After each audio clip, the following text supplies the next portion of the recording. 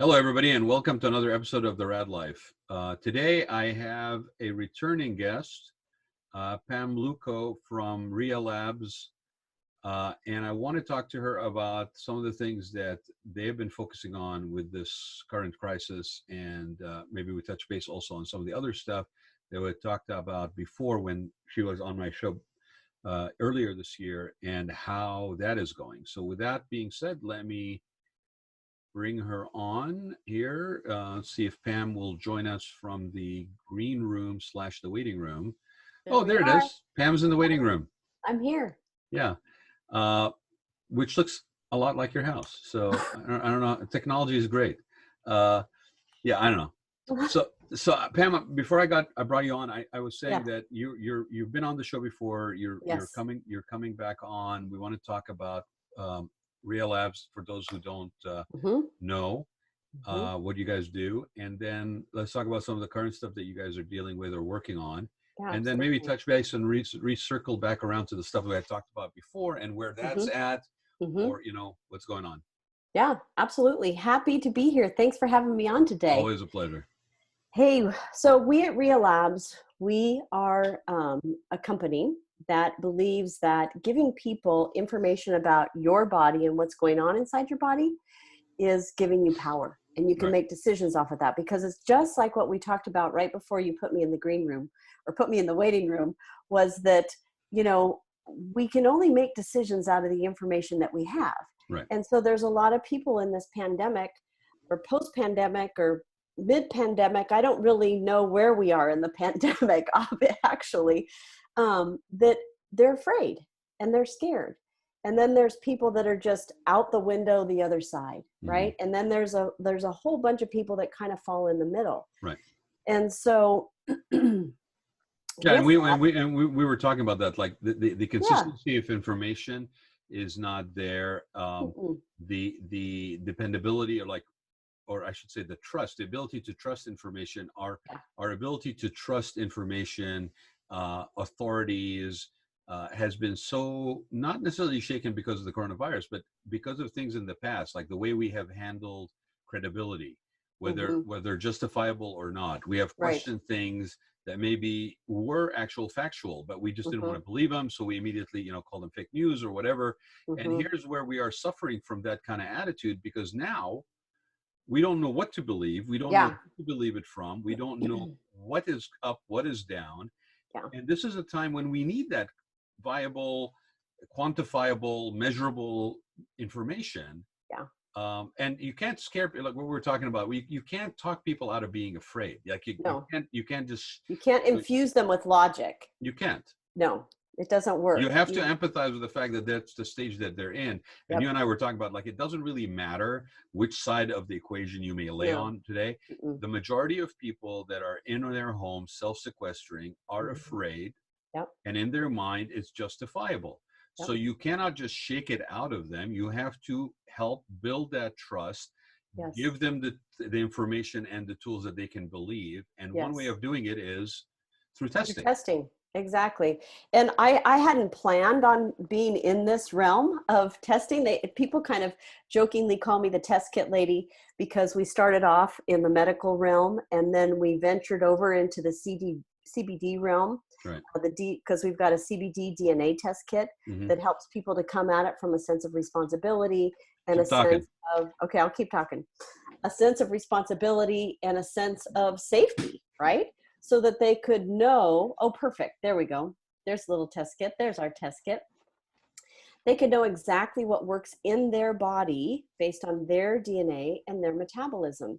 Right. So, I've been called the nerdy lab lady, and I'm totally cool with all those names, because there we go. And this is what we talked about last time when you were on the show. This is a CBD personalized cannabis DNA test that is, again, giving you information that you could use, because it falls right in the same category, because there are lots of people out there who have tried CBD and it didn't work for them. And so they're afraid, right? They're apprehensive because they don't know do they get their information from the dispensary? Do they get their information from the news? Who's telling the truth? Well, and what the effect is that they want, and what is the proper dosage, you know, I mean, a lot of people maybe it's first time, and that, you know, if you have a bad cues, you know, the pun, a bad trip, then they're, you know, they're now they have that as an experience that is going to make them basically more resistive to maybe trying it, but they still want to get the benefits of it.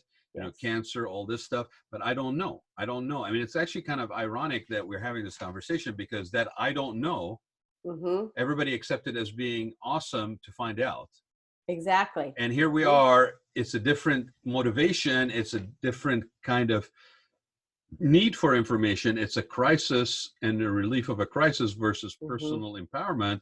But it is actually still personal empowerment to avoid. It really is, because knowledge is power, right? And I think, you know, there are so many depths to this pandemic. There are so many depths to this virus, because there's the actual physical part that people are getting sick and people are dying and people are, you know, having trouble recovering and ending up with respiratory issues and things like that. But then there's all the other things that are going on as well. People are dying on their finances, right? And people are having troubles in their homes because of the stress and the way that they handle stress. Let's just say it that way, right? Well, yeah, I mean, there's an increase in abuse. There's an increase in suicide. Increase in depression, increase in anxiety, right? All of those things from being isolated. I mean, we've seen it here in our family with just the different issues that we've had going on. And so I'm a solutions person. And so it's not like we're taking our eye off the ball and, oh, we're not doing the CBD DNA testing anymore. No. We're just being relevant. I think to stay relevant and to solve the issue at hand, because I'm super passionate about getting America back to work again and I live in San Diego. So getting San Diego back to work again, I'm part of that team and getting San Diego back to work again. And part of that, I believe, is in the testing and the tracking. And so if we can test people and we can let them know, hey, did you have the virus? And so you carry the antibodies and you're safe to move forward, either go back to work or go back to your community or start volunteering, or no, you've never had it. You're still safe, right? Or are you one of the 20% that are perhaps walking around and actually have it, but don't know you have it, right? And that's where Korea has had so much more success in the sicknesses and the amount of cases, because they had lots of rapid test kits. And you're saying about 20% is sort of the rule on this particular virus, that there's about 20% of people that are walking around that are carriers, basically. But they're just symptom free. They don't have any symptoms. Unsymptomatic, yeah. Yeah. And so when they're tested, it's like, and you can see, we have a little rapid test kit. And right now it is not for home use. We hope to get a CLIA waiver, which is a lab term. We hope to get a CLIA waiver this week so that it can be used for at-home testing, because it's just a simple finger prick is all it is. Millions of people do that every morning to test their glucose levels. Yes, right. A simple finger prick, you drop it in a little cassette that kind of looks like a pregnancy test kit. Yeah. Put a little couple drops of buffer in there, and within 10 minutes, you know exactly where you stand.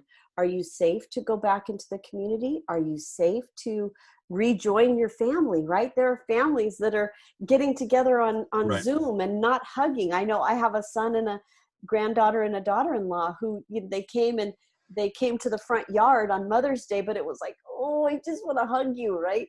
But if we knew that everybody was safe, right, then we could handle that right well away. and if you're not safe, then you should, you know, knowing is also empowering. So it's interesting because you're really, if I had to define your business, I would say that you're in the business of individual medical data empowerment, really. Empowerment, yep. Right.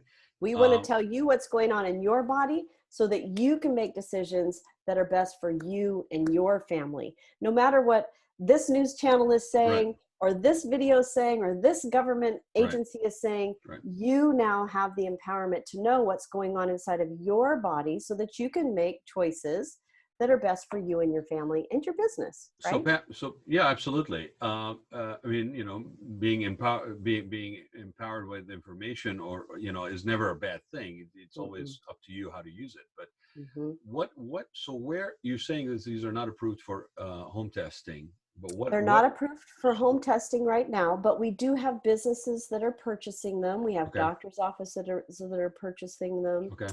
A gal who owns a jujitsu studio, she's purchased, you know, several hundred because she wants to get back to business. And she wants her clients want to get back to business.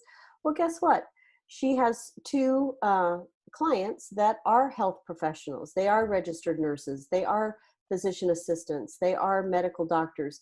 And they've said, hey, we'll come to the jujitsu studio. We're going to come on these 2 days. Everybody can get tested on those 2 days, and everybody can now participate or not participate, right? So as long as you have a medical professional on site, you can utilize the test kits. Got it. So that's the caveat. And then it's an immediate, basically within results 10 minutes. Within 10 minutes. Yep. Within 10 minutes, you see the results. There are lots of test kits out there. There's a nasal swab where you got to shove it like so far back in your brain and hold it there.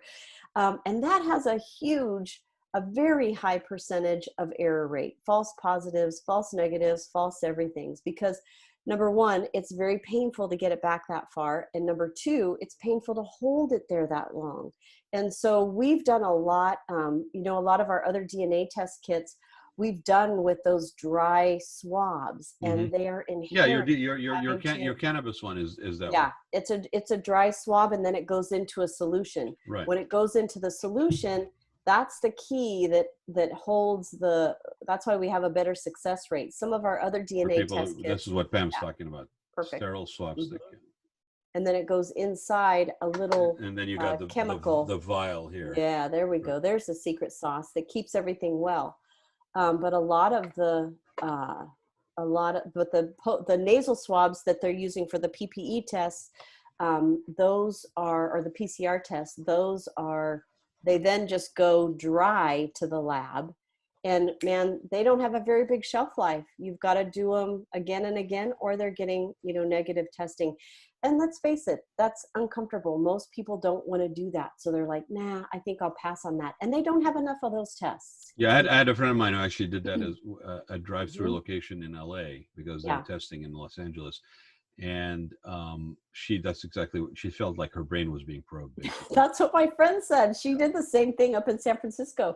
She went, and she's a registered nurse. She was doing them all day herself. And then she had it done to her, and she's like, that was almost worse than childbirth. What have I been doing to people? Right. Yeah, that's what she felt like. Exactly. Well, and this is quick. Well, let's also talk about this. Like, let's say that the results come back right now. Like, if I did that test right now and the results came back where I was, I didn't have the antibodies. I did a blood draw test for antibodies a couple of weeks ago, and the results came back that I did not have the antibodies, which means that I've never had it. And there was also an aspect of it that where people were not clear on how long the antibodies would be in your system. So there was also that factor. Like, just because you didn't have it, didn't have antibodies, doesn't mean that maybe I didn't get it at one point, but at the moment, which is what we're talking about, I did not have it. Now, that meant that down the road, as this continues to be to whatever degree a threat, and I have like elder parents around me, and I don't want to basically put them at any risk, I may want to basically have more of a regular testing.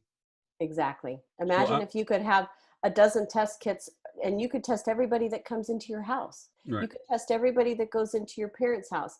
And we've got an app that also goes along with the test kit. Yeah. So with the app, it's really great because what you do is you upload a picture of your test. And so you can designate where that goes, and it can actually become part of your electronic health record. Which is where I want to go next with this, Pam, because we're talking about this stuff like it's an immediate information, which is true. It's needed. Yep. But I do not see this threat as long as we are, and I'm calling it at least until next spring, to be honest. And it may be longer, but I'm calling it until next spring, because we're gonna come out of a summer. I don't think we're going to be completely comfortable that it's all gone. Everybody's telling us it's at least going to be around for a couple of years. It may even then, mutate into another strain, et cetera, which is normal. That's what happens with viruses. But I think we're going to then hit the flu season. We're going to hit flu season, which is like October to April. Yep. We're going to start seeing people that are sneezing and coughing. And the first time somebody has a sneezing cough or a coughing cough around me, I'm going to be worried. Is this COVID again? And so this is going to be with us at least until next spring. I agree. So with that being said, and with open businesses opening and sort of requirements, whether they are mandated or not, I don't see that it is a far-fetched thing to say that business owners, especially in places where the business is hands-on or close proximity, is not going to require people get tested. They may not take their temperature every day, but they may actually run a blood test on them with a kit or something every week, every other week. And so we're looking at a cultural change, right? I mean, when it comes to how we conduct our business. I think so. You know, I remember prior to 9/11, you could just walk into Disneyland and you could just walk into a baseball game, right? Now baggage claim was at the curb. Anybody could walk up to the gate of the plane. Right? Now everywhere we go that's a big event, right, or even at the airports, right? You could bring a bottle of water. Things were so flexible. Right. Now, like my granddaughter, everywhere she goes, she knows that everything's going to get searched, right? She knows we're going to get stopped. It's just part of her world. That's the new normal. Yeah. I don't know where I don't think life's ever going to go back to normal as we knew it. The old normal? No, that's over. Yeah, it's going to be a new normal. And I really believe that testing is going to be part of it. And that's why, you know, with me being such a solutions person and our whole team being such a solutions person, you know, we just couldn't see how we couldn't step into this and provide a solution for people, because my brain goes in so many different directions about this. Think of think of the agriculture, right? Think of all the crops it's summertime, right? May and June, there's a lot that needs to be picked. Who's picking it, right? But if we could quickly test all those agriculture people as they come in, and then we can track them on the app and say, you're safe, you're safe, you're safe. They just come in. Maybe you go in to get coffee. You flash your app that shows you've already taken the test. You're safe to come in, right? I think that's going to be the new normal. You're going to have to prove that you've been tested and you're safe. Which, to be honest, you know, people may sit there and waste their energy arguing the fact that it's not fair, it's not freedom, it's not whatever. But here's the truth. The truth is that, you know, somebody run the parallel, for example, between wearing a mask or, let's say in this case, testing, because I think the same resistance that people have at the moment for wearing a mask may become a resistance to being tested. How dare you? It's private. It's HIPAA information. Why should I share it with people? Right? I get it, but you also don't drive ridiculous speeds on the freeway because you have the freedom to do that, and you don't basically account for the consequences of what if you lose control or if you become a danger to others. Like I think part of I have a personal beef with people that all they want to talk about is rights that they have, but never responsibility or accountability that goes with them. I was just going to say, it's about responsibility. The two are hands in hands. You don't have rights without accountability and responsibility. I mean, that's just the way it works. So, and I'm a no mask gal. I walk around without a mask. I don't wear a mask. I'll ask to talk to the manager. You know, I've got a really healthy immune system. Right. And so I'm with you. I don't like tracking. I don't like, you know, the whole big brother part of this, right? And like you said, some people say, hey, I want to choose whether I have car insurance or not. Why is it a law that I have to have car insurance? Well, it just comes around a sense of responsibility. And I think you're exactly right. I think the new normal is going to be another layer of transparency, another layer of vulnerability. People's business now. They're going to know if they're sick or not. Have you been sick or not? If I want somebody to basically be around my parents, I would like to basically know that I have done my due diligence and that the people around my parents are tested. I mean, you know, we do background checks. We do that for anybody who comes in contact with seniors or vulnerable population, kids, right? We do protective measures unfortunately for, you know, active shooter scenarios. Yeah. And we put our kids through that. Yeah. So there are certain things that community-wise, we basically have to act in a responsible manner. The thing about what you're doing is actually, it's very fascinating to me, especially with this app component, because it really actually empowers people to get back to a regular life, if you will. Exactly. I hate to use the word normal because really is not applicable here. No. And the new But normal, going back to going out to dinner, going back to running into Costco, going back to getting your hair cut. I mean, my hair is so long. Going back to getting your nails done, those kinds of things, because like you said, it provides that safety net for people. It gives people the reassurance to know I'm safe, you're safe, we can do business together, or we can meet together, right? And I think that's the bottom line on it. Well, what's the alternative?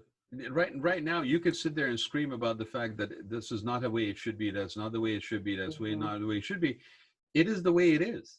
It is the way it is. Exactly. For right now, it is the way it is. So let's solve it like you're saying. Let's be a solution provider. Yeah. And find ways to provide a sense of comfort through information that's quantifiable.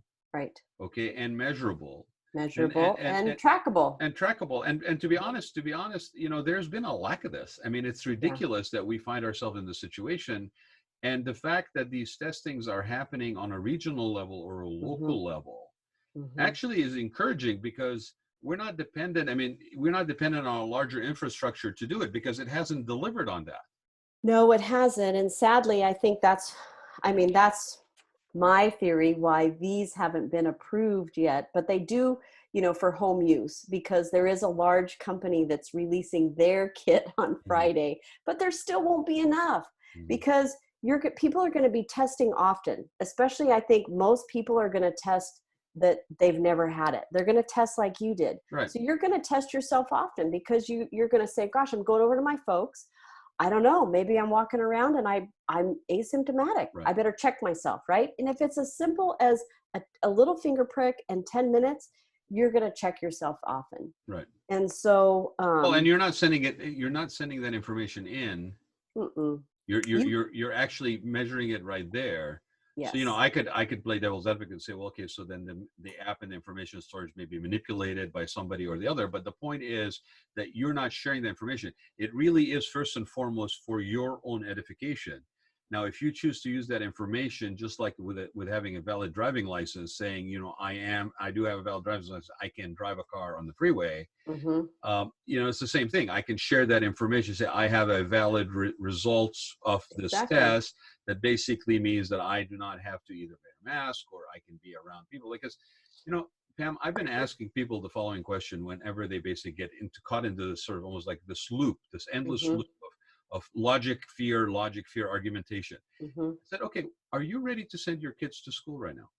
Right. To be with other kids from families that you don't know or don't live on your block.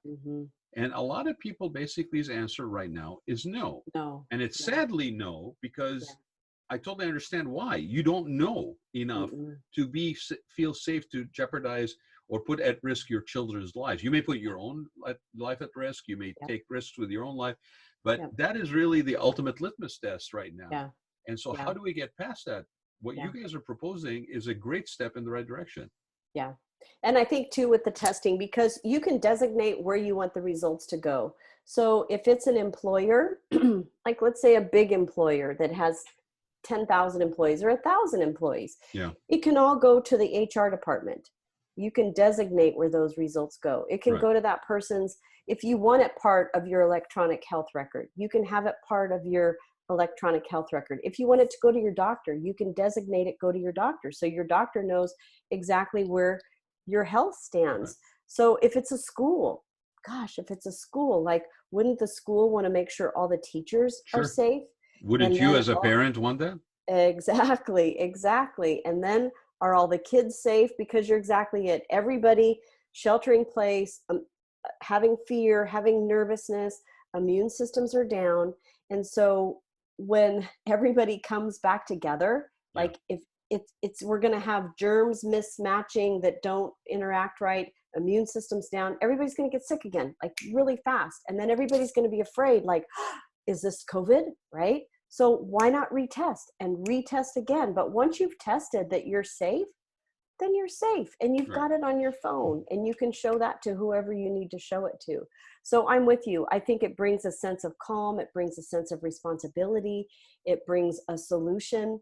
And it allows America to get back to work again. It'll allow the kids to get back to school again in the fall. I think it would be crazy to open up schools at the end of the school year, because it's like every year when I sent my kids to kindergarten, the whole family ended up sick for like 6 months because it's like all those germs, and everybody's bringing home different new germs. And so everybody was sick for 6 months. So I don't think it's a grand idea. I think we start opening up things slowly. Like I heard some counties, you can, the governor's in charge. So some counties you can get your hair cut now. Some counties you can go and play golf, right? And so let's open it up slowly. Let's open it up safely. Let's have a sense of responsibility. Let's inform people and let them inform other people so we know who's safe, who's still we're not sure about. And then we get to make the decision. And if you're still nervous, stay home, right? You can stay home. Absolutely. And because you're not going to shake somebody out of their fear.